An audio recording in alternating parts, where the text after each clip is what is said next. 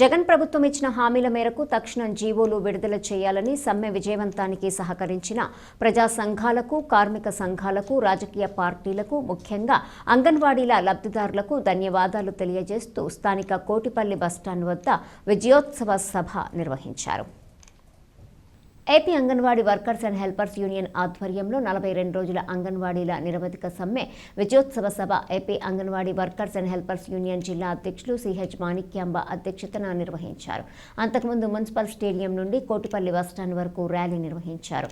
విజయోత్సవ సభలో సిఐటియు రాష్ట్ర ఉపాధ్యక్షులు V Umamaheswararao, AP anganwadi workers and helpers union రాష్ట్ర అధ్యక్షురాలు జి బేబీరాణి మాట్లాడుతూ డిసెంబర్ 12 నుండి మొదలైన అంగన్వాడీ సమ్మె జనవరి 22 అర్ధరాత్రితో ముగిసిందని, దాని పోరాటం ముగిసినట్లు కాదని, తాత్కాలిక విరామమేనని అన్నారు. జగన్ ప్రభుత్వం అధికారికంగా minutes principal secretary, finance secretary, స్త్రీ శిశు సంక్షేమ శాఖ అధికారుల సొంతకాలతో రాతపూర్వకంగా ఇస్తానని, సమ్మెకాలం వేతనాలు చెల్లించేలాగా సమ్మెలో నాయకులపై, అంగన్వాడీలపై పెట్టిన కేసులు ఎత్తివేసేలా, తొలగించిన వారందరినీ బేషరతుగా విధుల్లోకి తీసుకునేలా అంగీకరించిన తరువాతే విరమించామని అన్నారు.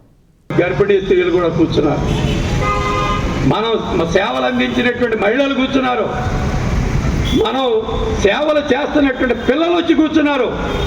జగన్ అంకుల్ మా అంగన్వాడీ ఆయాది, మా అంగన్వాడీ వర్కర్ల యొక్క కోరికల్ని పరిష్కరించు అని చెప్పి నిలదీసినటువంటి చరిత్ర అంగన్వాడీలకి దక్కిందని ఈ సందర్భంగా చెప్పదలిచా. అంటే మనం ఈరోజు మనమే పోరాటమే కాదు, మన వెనకాల 32 లక్షల మంది లబ్ధిదారులు ఉన్నారు. జగన్మోహన్ రెడ్డి గారు వెనక్కి తగ్గడానికి కూడా కారణం ఇదే. ఇది కూడా మనం మర్చిపోమాకండి. ఎందుకంటే రేపు మాపు భిక్షాటనకి వెళ్ళాలి. ఆల్రెడీ ఆయన చూపిస్తున్నాడు సిద్ధం.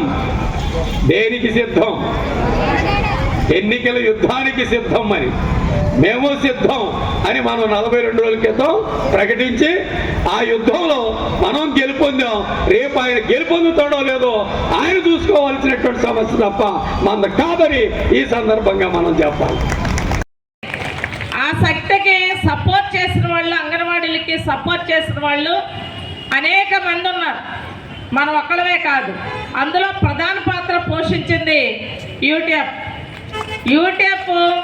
అన్ని సెంటర్లకి వెళ్ళారు, అన్ని టెంట్లకి వెళ్ళారు. ఎక్కడైతే టెంట్లు ఉన్నాయో అన్ని టెంట్ల దగ్గరికి వెళ్ళి మద్దతు తెలియజేసి ఆర్థికంగా కూడా సహకారం చేశారు. ఇది చాలా కొండంత ధైర్యాన్ని ఇచ్చింది. అది ఒకటే కాదు, మన సిఐటియు ప్రధానంగా మొత్తం అన్ని సంఘాలు సమస్యల్ని పక్కన పెట్టి అంగన్వాడీ ఉద్యమాన్ని 2 భుజాల్లో ఎత్తుకుంది. మొత్తం ఇదే పని మీద ఉంది. మొత్తం సిఐటి నాయకత్వం అంతా ఇదే పని మీద ఉన్నారు.